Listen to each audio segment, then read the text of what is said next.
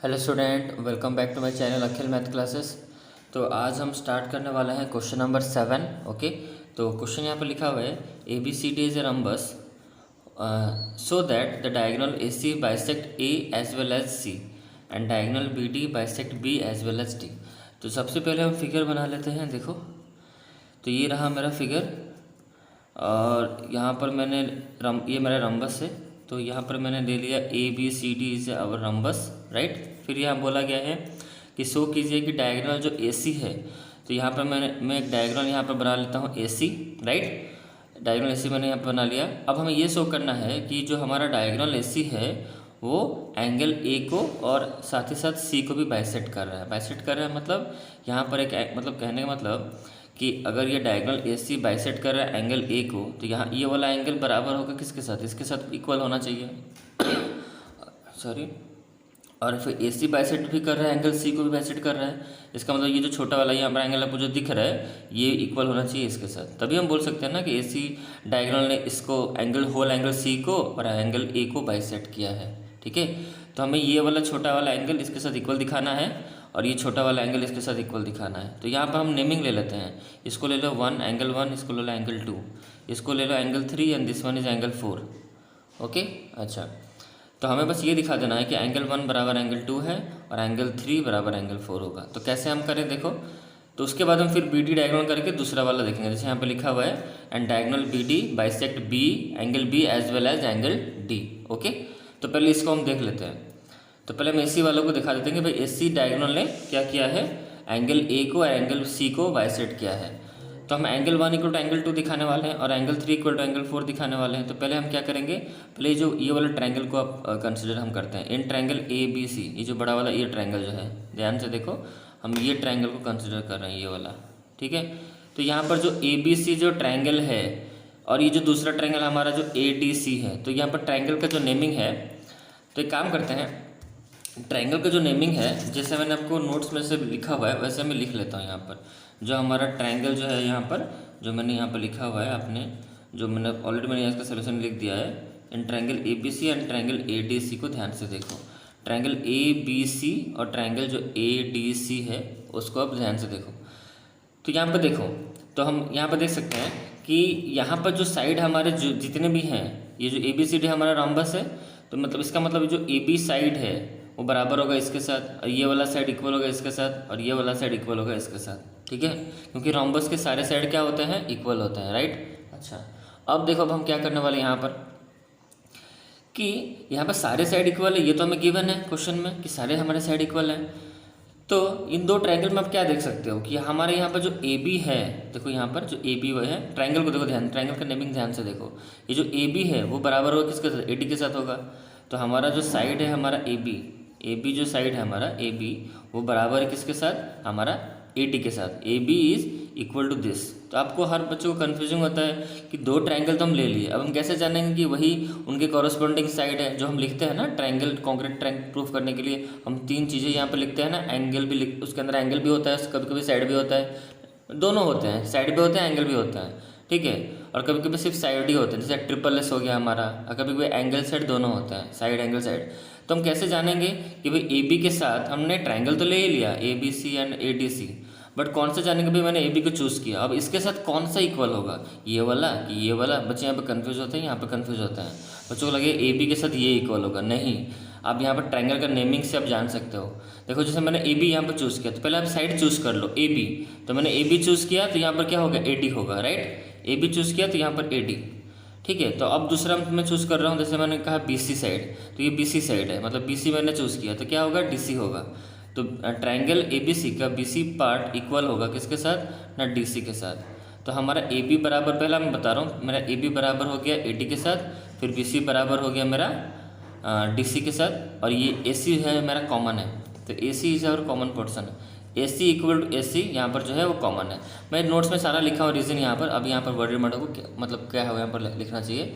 बस अब इतना देख लो कि दो ट्रायंगल हमारे कॉन्ग्रुएंट हो चुके हैं। जैसे ही मेरे दो ट्रायंगल कॉन्ग्रुएंट हो जाते हैं, जैसे ही तो मैं क्या कर दूंगा, मैं सिंप्लिसिटी से इसको इक्वल प्रूफ कर दूंगा। कैसे, मैं दिखा सकता हूँ कि भाई एंगल 1 बराबर एंगल 2 है। तो अब आप सोच सकते सर एंगल 1 बराबर एंगल 2 कैसे हो गया। हाँ देखो, एंगल 1 बराबर एंगल 2 होगा, ये करस्पॉन्डिंग एंगल है उनके। देखो जैसे मैंने एंगल 1 को चूज़ किया, तो एंगल 1 का नेमिंग क्या है, मान लो BAC है। देखो जैसे मैंने क्या किया, BAC मतलब पहले B आता है देन A देन C, उसी तरह यहाँ पर भी आएगा। देखो मैंने यहाँ पर क्या किया, ये वाला एंगल मैं कहा कि ये वाला एंगल मैंने चूज़ किया, तो इसके साथ मैं किसको इक्वल दिखा सकता हूँ सिंप्लिसिटी से। ठीक है, तो यहाँ बच्चे कन्फ्यूज होते हैं कि इसको दिखाएं कि इसके साथ ये है, कन्फ्यूज़। तो जब आप एंगल 1 को चूज़ किया, इसका नेमिंग क्या है बताओ, BAC है। देखो तो B ट्रायंगल का नेमिंग में सब कुछ छुपा हुआ है, BAC बीच में, फिर यहाँ पर आए, फिर यहाँ पर आए, पहले आप सेकंड को गए, फिर फर्स्ट को गए, फिर थर्ड को गए, BAC। उसी तरह आपको यहाँ पर जाना है, तो क्या होगा, DAC होगा। तो DAC आप खुद ही देख लो, DAC कौन है, DAC मतलब ये वाला होगा। क्लियर हो रहा है। तो यहाँ पर कॉन्ग्रेंट ट्रायंगल के भी कॉन्सेप्ट मैं आपको समझा दे रहा हूँ। तो एंगल 1 बराबर एंगल 2 हम यहाँ पर लिख सकते हैं सिंप्लिसिटी, एंगल 1 बराबर एंगल 2 सिंप्लिसिटी, और एंगल 3 बराबर एंगल 4 सिंप्लिसिटी। तो इससे हमारा ये प्रूफ हो जाता है कि भाई AC डायगोनल ने बाइसेक्ट कर दिया है एंगल A को और एंगल C को, राइट, ये होल वाला एंगल और C को। यहाँ तक क्लियर हो गया। अब उसी तरह आपको प्रूफ कर देना है दूसरा वाला। जैसे मैंने ये प्रूफ कर दिया, ये जो BD है हमारा, अब यहाँ पे BD एक लाइन यहाँ पे दे दो, क्योंकि यहाँ पे दूसरा वाला हम प्रूफ करने वाले हैं अभी, क्योंकि क्वेश्चन में बोला गया कि ये तो हमने प्रूफ कर दिया diagonal AC bisect A as well as C। अब हमें प्रूफ करना है कि डायगोनल जो हमारा BD है वो बाइसेक्ट किया है B और एज वेल एज D को, डिट्टो सेम होगा, कोई और कुछ नहीं। तो यहाँ पर मैंने एक लाइन यहाँ पर दे दिया BD, उसी तरह सेम चीज़ें होंगी। तो यहाँ पर दो ट्रायंगल जो हम लेंगे, कंसिडर करेंगे, वो हम कंसिडर करेंगे बच्चों BAD एंड BCD, BAD और एंड ट्रायंगल BCD। ट्रायंगल का नेमिंग ध्यान से लिखो, ठीक है। तो BAD मतलब ये वाला ट्रायंगल चूज करेंगे और हम ट्रायंगल करेंगे BCD। अब इसको, ये जो लाइन है ना, ये जो लाइन है AC को, अब AC को भूल जाओ, या फिर चाहो तो आप अलग फिगर ड्रॉ कर सकते हो, बट मैं तो बोलूँगा एक ही फिगर में समझो। एग्जाम में दो फिगर नहीं करना है, दो फिगर करने से समझने में आसानी होती है, बट एग्जाम में दिक्कत हो जाएगा। एग्जाम में सिर्फ आपको एक ही फिगर करना है, तो बेटर अब इसी फिगर में समझो। AC का काम खत्म, अब BD के काम पे आते हैं। BD को आ जाओ, तो ये BAD ट्रायंगल, ये जो BAD ट्रायंगल है, दूसरा हमारा क्या है BCD ट्रायंगल, वही सेम चीज़ें यहाँ पे रिपीट होंगी। देखो तो मैंने यहाँ पकड़ लिया AB ट्रायंगल, जो AB पार्ट, जो B है मतलब मैंने AB साइड को मैंने लिया, कंसिडर किया। तो AB के साइड कौन सा इक्वल होगा बच्चों, BC। AB के साथ क्या इक्वल होगा आपका, हमने ये ट्रायंगल पकड़ा है ना BAD, तो AB जो है वो इसके साथ, देखो ध्यान से देखो, ये वाला मैंने कंसिडर किया। एक्चुअली ये रेक्टेंगल दिख रहा है, रोम्बस है, सब साइड इक्वल होता है। ये थोड़ा आपको लंबा, ये छोटा दिख रहा होगा, बट ये सब इक्वल है, ठीक है। तो मैंने से कहा कि AB जो बराबर है, इसको मैं हटा देता हूँ। देखो AB जो बराबर है मेरा BC के साथ इक्वल है, राइट। और दूसरा देखो मेरा AD जो है वो इक्वल है किसके साथ, DC के साथ, ये भी हमारा गिवन है, ठीक है। तो पहला आपने देखा AB बराबर हो गया मेरा BC के साथ, फिर AD बराबर है मेरा DC के साथ, ये दो ट्रायंगल के अंदर।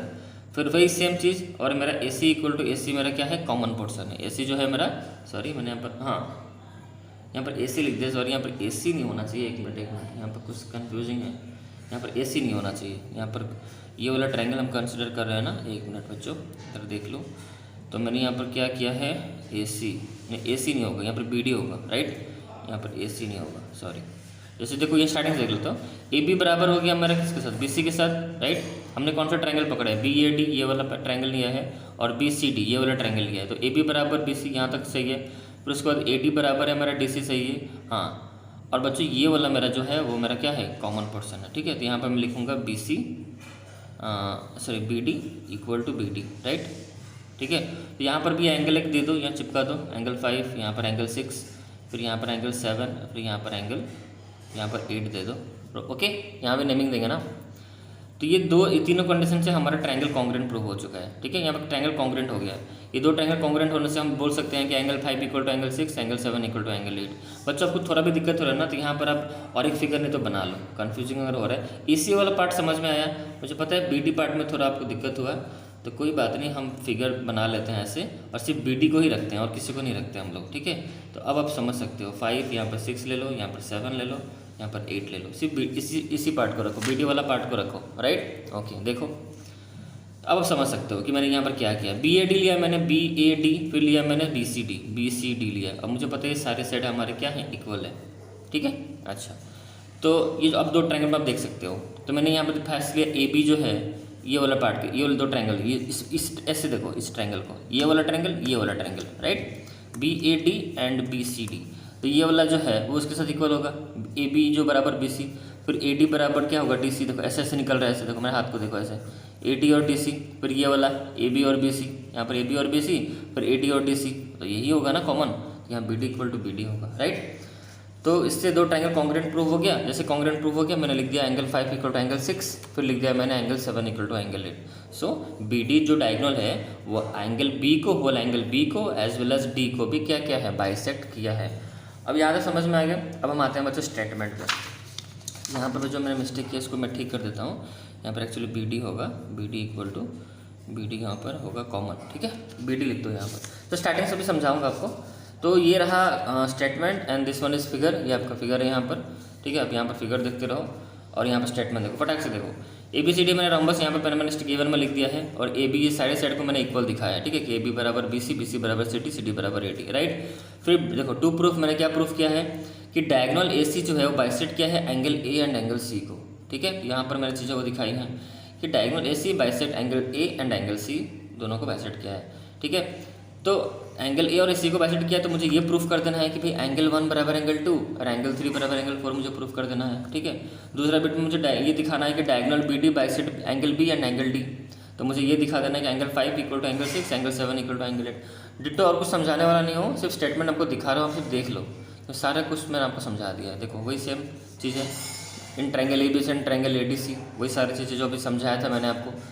तो ये मैंने दिखा दिया कि गिवन कॉमन जो अभी इस कॉपी में इधर मैंने किया था जो, राइट। तो बस वही सब चीज़ें मैंने दिखाई। ये आपका फिगर है जो मैंने बताया था, मैंने एक ही फिगर यहाँ पर बनाया है, ठीक है। तो यहाँ पर देख सकते हो triangle A B C concrete मैंने प्रूफ कर दिया बाय ट्रिपल एस कंडीशन। फिर यहाँ पर मैंने लिखा एंगल 1 इक्वल टू एंगल 2 ये और angle 3 equal to angle 4 C P C D. तो फ्रॉम इक्वेशन 1 से हमें क्या मिला कि proof that diagonal A C bisect A as well as C. अब आते हैं दूसरे पे, in triangle B A D and triangle B C D, A B बराबर बी सी, ए डी बराबर डी सी, फिर बी डी बराबर B D common, जो गिवन कॉमन यहाँ पर मैंने लिखा है, जिससे दो ट्रायंगल हमारे कॉन्ग्रुएंट प्रूव हो गया ट्रिपल एस कंडीशन से। और angle 5 equal to angle 6, angle 7 equal to angle 8 by C P C T. तो फ्रॉम इक्वेशन 2 से हमें ये जो हमने दिखाया है, तो फ्रॉम इक्वेशन 2 से हमें ये मिला, तो it prove that diagonal B D bisect angle B as well as angle D, ठीक है। ये पूरा आपका स्टेटमेंट है, जो मैंने समझाया वही सब लिखा है यहाँ पर, ओके। तो इस वीडियो में इतना रखते हैं, नेक्स्ट वीडियो में स्टार्ट करेंगे क्वेश्चन नंबर 8, ओके, बाय।